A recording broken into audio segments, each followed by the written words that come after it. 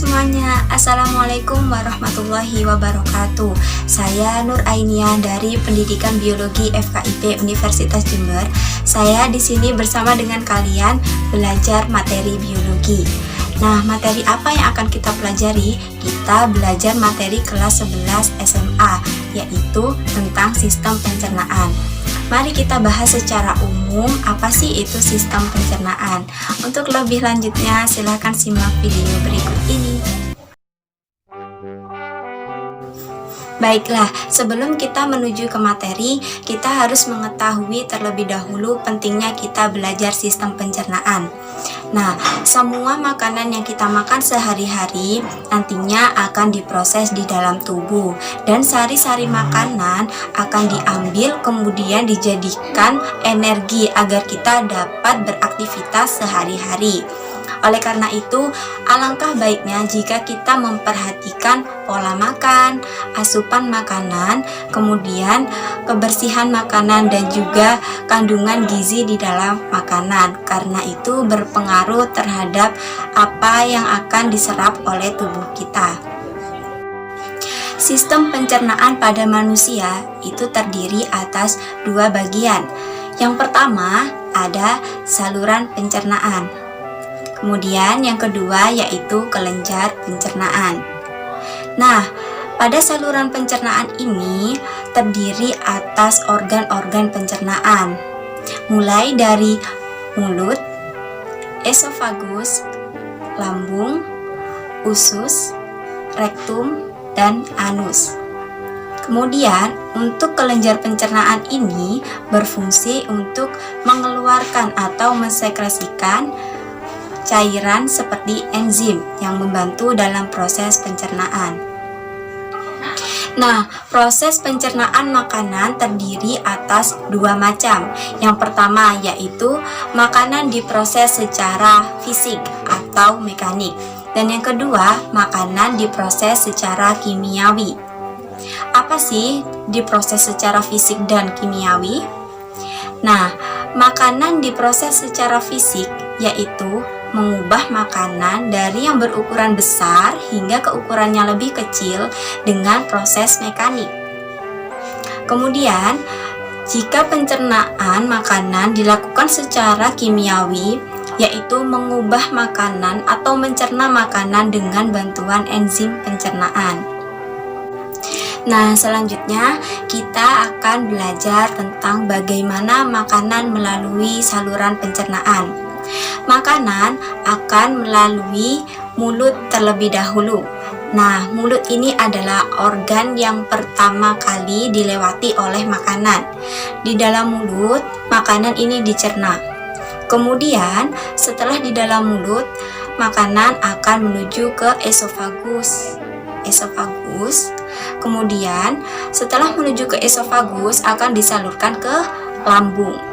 Nah, dari lambung ini makanan diproses, kemudian akan disalurkan ke usus.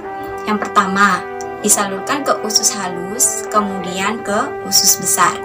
Setelah itu, setelah di usus besar, makanan kemudian akan menuju ke rektum.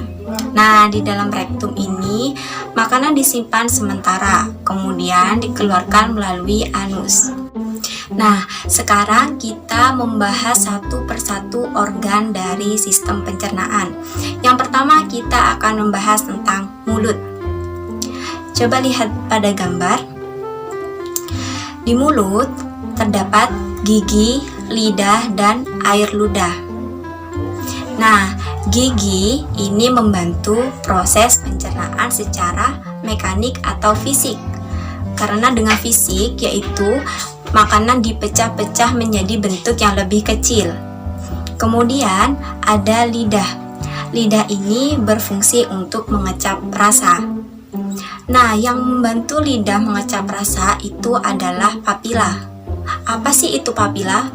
Papila adalah tonjolan kecil yang terdapat pada lidah. Jumlahnya sangat banyak. Kemudian ada air ludah. Air ludah ini dikeluarkan oleh kelenjar ludah, di mana air ludah ini mengandung enzim, yaitu enzim amilase, yang berfungsi untuk mengubah amilum menjadi maltosa. Nah, kita ulangi sekali lagi. Di dalam mulut ini terdapat gigi, lidah, dan ludah. Di mana di dalam mulut ini terjadi dua proses mencerna makanan. Pencernaan secara fisik dilakukan oleh gigi, dan pencernaan secara kimiawi dibantu oleh air ludah yang mengandung enzim amilase. Nah, selanjutnya kita membahas tentang esofagus atau kerongkongan. Setelah makanan berada di mulut, kemudian menuju ke esofagus. Nah, di esofagus ini adalah tempat jalannya makanan untuk menuju ke lambung. Jadi sebagai tempat lewat saja.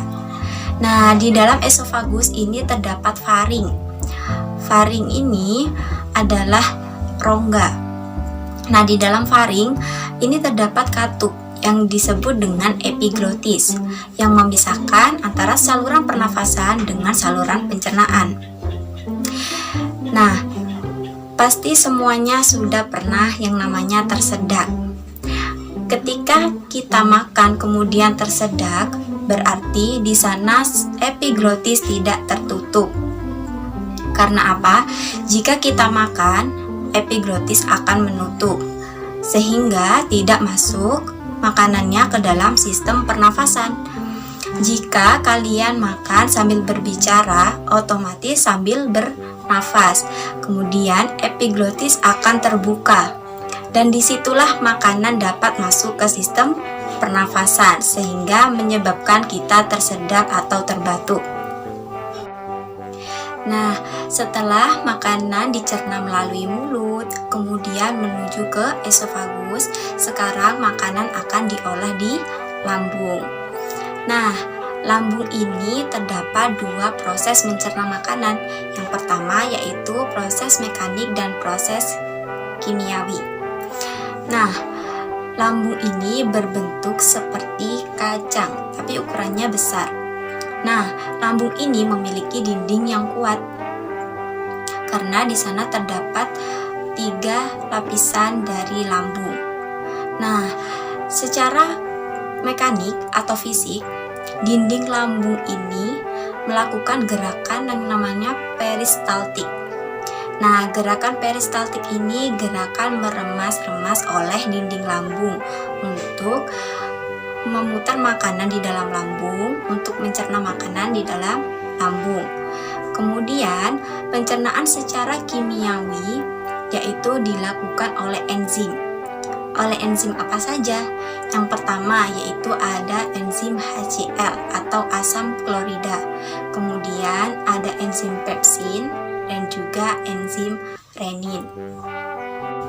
Nah, setelah makanan dicerna melalui lambung, kemudian makanan akan disalurkan ke usus. Yang pertama yaitu usus halus. Nah, usus halus ini terbagi atas 3 bagian. Bagian yang pertama disebut dengan duodenum atau disebut dengan usus 12 jari. Kemudian, bagian yang kedua disebut dengan jejunum, disebut juga dengan usus kosong. Kemudian yang ketiga yaitu ileum, disebut juga dengan usus penyerapan. Nah, makanan yang berada di usus halus ini akan diserap sari-sari makanannya. Jadi, makanan yang mengandung karbohidrat, protein, lemak akan diserap di dalam usus halus.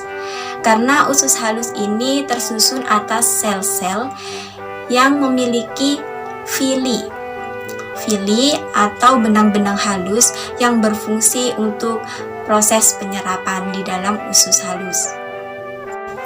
Nah, setelah makanan dicerna di dalam usus halus, diserap sari-sari makanannya di sana, kemudian sisa makanan menuju ke usus besar.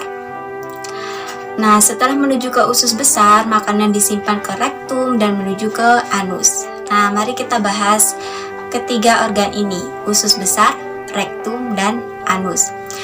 Nah, di dalam usus besar, makanan akan diserap airnya. Jadi, di sana terjadi proses penyerapan air. Kemudian, selain itu, di sana juga terjadi proses defekasi. Proses defekasi ini adalah proses pembusukan dari makanan. Sisa makanan ini dibusukkan dengan bantuan bakteri. Nah, bakteri ini berperan dalam proses pembusukan. Kemudian, sisa makanan yang sudah busuk ini akan menuju ke rektum. Nah, rektum ini disebut juga dengan tempat penyimpanan sementara dari sisa makanan. Kemudian, rektum itu bisa berkontraksi, kemudian sisa makanan disalurkan menuju ke anus untuk dikeluarkan dari tubuh kita. Nah, itu tadi merupakan proses pencernaan makanan di dalam sistem pencernaan. Mari kita ulangi sekali lagi. Pertama, makanan dicerna di dalam mulut. Kemudian, makanan menuju ke esofagus. Kemudian menuju ke lambung, di sana terjadi gerakan peristaltik. Kemudian makanan menuju ke usus halus untuk diserap sari-sari makanannya. Kemudian makanan menuju ke usus besar untuk diserap airnya. Kemudian ditampung di dalam rektum dan dikeluarkan melalui anus. Nah, di dalam sistem pencernaan ini juga dapat terjadi gangguan-gangguan pada sistem pencernaan. Bisa juga terjadi pada organ pencernaan. Yang sering kita ketahui dan yang sering kita dengar yang terjadi gangguan pada proses pencernaan yaitu MAH atau tukak lambung, kemudian diare dan juga disentri, dan masih banyak lagi gangguan pada sistem pencernaan. Oleh karena itu, kita harus menjaga pola makan dan juga kesehatan diri kita. Nah, saya rasa cukup bahasan kita mengenai sistem pencernaan pada kali ini. Semoga kalian dapat mengerti isi materi secara umum tentang sistem pencernaan. Terima kasih karena sudah menyaksikan video ini. Jangan lupa jaga kesehatan saat pandemi COVID ini. Semangat belajar di rumah. Saya akhiri. Wassalamualaikum warahmatullahi wabarakatuh.